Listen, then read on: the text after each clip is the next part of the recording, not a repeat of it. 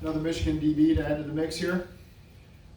Excited to add him. We feel like we needed to add depth there in the secondary, and he's a guy that can come in and really compete at multiple roles for us and provide depth outside and inside, and really liked the intangibles that we're bringing to the table as well. So excited to welcome him in the mix.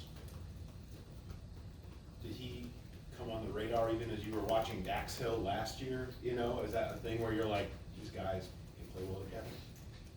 I would, for you personally, maybe some of the scouts would be able to say that. Yeah. Typically, you're honed in on the guy you're watching when you're watching some of those DBs. And, Michigan's had some good ones, so there's a lot of them on the team. Did you talk to Dax part of the process at all of like, what'd you think? We just got off the phone with Dax, and once the pick was official, and I know Chuck Burks had talked to Dax quite a bit, Jordan Kovacs and those guys. So again, we're not necessarily making all those phone calls, but our guys in the building have been doing that. Lou, you always say you can never have too many edge rushers and corners. So how happy are you so far with the way the draft's played out? It's been great. You're in at premium positions, and that's what it takes in this part of the draft is to get those players because they seem to disappear pretty quick. So happy with yesterday, and then now we get a corner with great speed. He's got good length, and he's played a lot of football, so I feel good about it. The 4 point. He's not the biggest guy in the world, but you look at him and the explosion, the testing, obviously the 40-yard dash stands out. How important are all of those things when you're evaluating a corner that might not be 6'1", 6'2"? Yeah, you take the whole thing and put it together, and I think he's got a little bit of ways to go from a weight standpoint, but man, you can put some weight on, you can't make him 4'2", so that's something that the explosiveness that he has in his body. He's a tough guy. He'll throw his body around, so it's not that he won't try to tackle or anything like that. So we feel like we're getting a complete player. Lou, how'd you judge or evaluate just a pure outside guy versus a guy internally you see can play multiple roles? I think there's a bunch of different ways to look at it.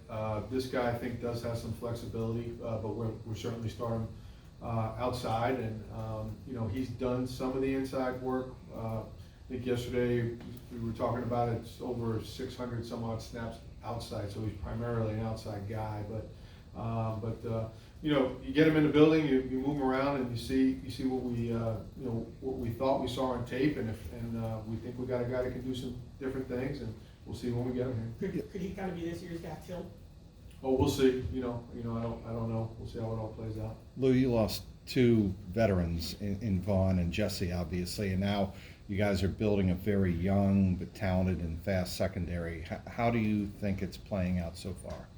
Yeah, it's playing out great. But we still have great veterans in that room. Cheeto, Mike Hilton. We brought in Nick.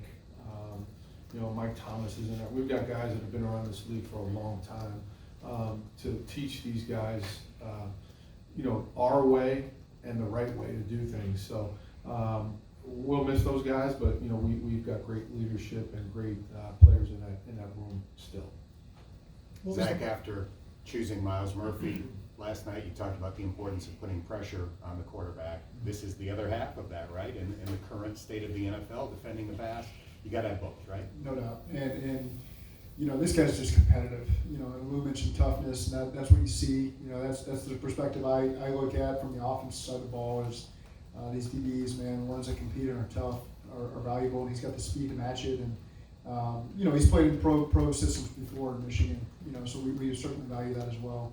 And so we think we're at the right guy in the mix. What was the pre-draft process with him like? Did you guys meet with him a couple times, or what was that like with him specifically? I didn't. Chuck Burks, there's oftentimes the position coach will meet with him, and our scouts have met with him at a variety of different places, but face-to-face in my office, I've done it. When he talks about pro systems, what is it about Michigan's defense and their scheme that maybe is conducive to what y'all like to do and maybe can help him transition over? Just doing very different coverages and things like that. But there's a lot of teams that do it, but they do some things that translate into our league. Plays a small role in the evaluation process. It's not the only piece, but it certainly helps when you can see him do multiple things. Lou, does the fact that Dax knows him, the two of them, I'm sure speak the same football language to a certain extent, does that help in terms of learning the playbook and learning the way around you? Well, I think that, you know, they'll know each other, and then Dax can kind of give them the lay of the land a little bit, but, you know, and then if they're out there at the same time, they played together before, so it certainly helps, you know, again, it's just a piece to the puzzle, but the familiarity that they both have with each other can only help. You mentioned the 4-2-6, and obviously there's not plenty of guys, but there are guys that can run that but don't necessarily play that fast. Did that line up for you? The play speed versus the 4-2? Yeah, you see it on tape. You know, it's a good question, because you'll see guys that have great time speed and it doesn't match their play speed, and vice versa. But this guy can run, and you see it on tape. If he gets out of position, he can get back in it because of his speed. You know, DBs in our league today, they're gonna get beat. They're gonna get out of position, and this guy has the recovery speed to get back in and maybe make a play on the ball. So that's one of the things that we really like. Zach mentioned the competitiveness. Does that include tackling? Because I know you're obviously very fond of corners who can tackle very well and have a number of them already here. Yeah, for sure. He will throw his body around, and he's proven that, you know, certainly in the Big Ten, and in playoff games and in big games. So, you know, you see his physicality, and he's proven he can do it. Will this be one of the faster secondaries you've coached, and what does so much high-end speed in the secondary do for you? Well, I just think that, again, when you look around the league and the weapons that so many teams have on offense and the speed that people have, you know, you got to try to match it somehow. And you know, the faster guys we can get, you know, certainly is going to give us an advantage. You know, we're going to have to chase quarterbacks around, and that means you have to cover a little bit longer. And you know, the faster we are, I think the better chance we have to get off the field. You mentioned the pro style that he played in, but how much of it is a benefit to kind of see him play other top programs, Ohio State, playing college football playoff games, things like that, and just see him against that type of competition? Oh, it's huge. I think when they come from big programs like this, you know, they're going to walk into the stadium, and you know, they're going to be used to the place being full, you know, and they're not going to flinch when it comes to that part of it. So, you know, you like the guys coming from the bigger programs, and he's from one of the biggest. Last year you get Cam Taylor-Britt in the second round, you get him, DJ Turner, second round this year. How much do you kind of see any resemblance, any differences between him and Cam at all? They're a little bit different, both fast. You know, Cam's a little bit bigger of a guy, but both very, very competitive. Both, you know, want to win. Both have great attitudes about football. They love the game. So there are some similarities, but body type's just a little bit different. The big knock, whatever, everyone has a flaw, but would be his arm length. I guess that's something that was talked about.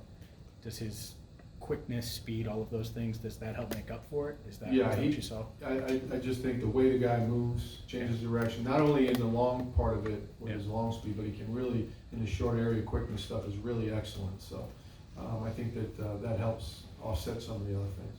Zach, when you look at how you guys are building the team, I mean, only Lou gets to talk on Thursdays and Fridays, I guess. I mean, first 3 rounds last year, first 2 picks this year, but I mean, is that by design of, hey, let's build this young offense that can kind of grow together, or is that more of a kind of a coincidental thing? Coincidental is the way I put it. You know, it's, I think that's just, again, going back to Duke, the way that this roster has been built has allowed us the flexibility to take the best players available. This hit us a good need at corner. But at the same time, if we didn't have somebody there that we valued here in the second round, we wouldn't have taken corner. We would have gone to a different position. And so I just think that there's not a lot of glaring holes here. It's a lot of guys that are going to have opportunity to get on the field, probably initially in depth roles, and then work their way up.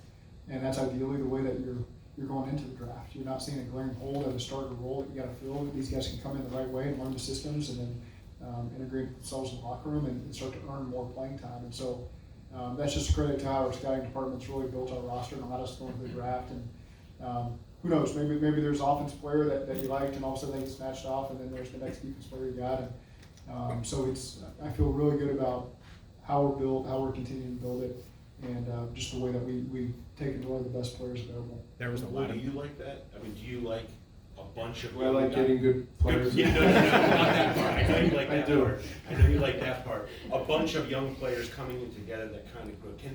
Can those guys kind of play off each other and develop a little bit of their own identity within your own team?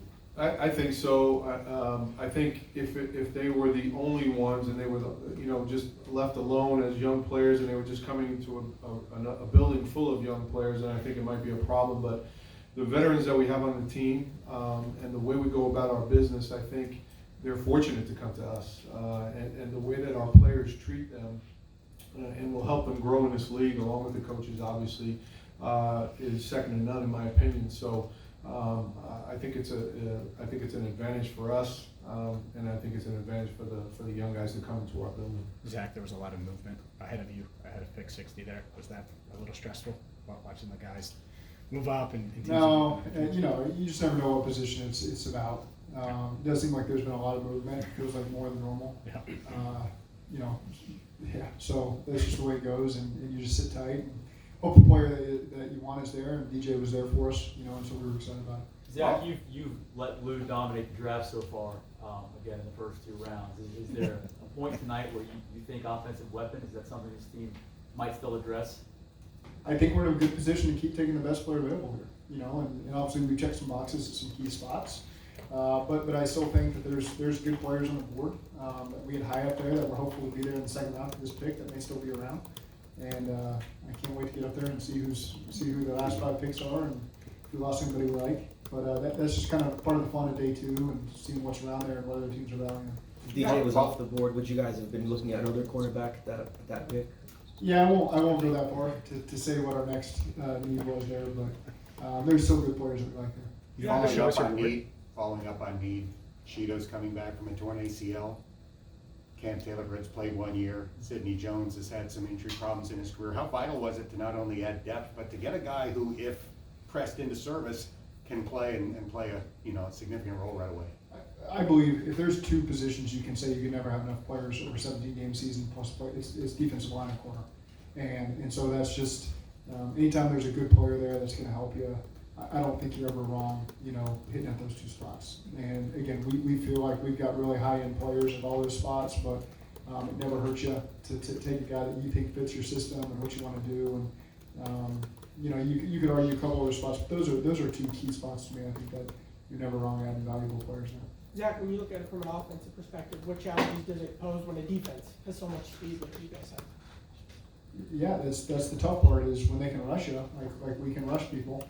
And there's the speed in the back end to cover and not have some glaring opportunities to throw and catch. And so again, I feel good about how this thing's being built.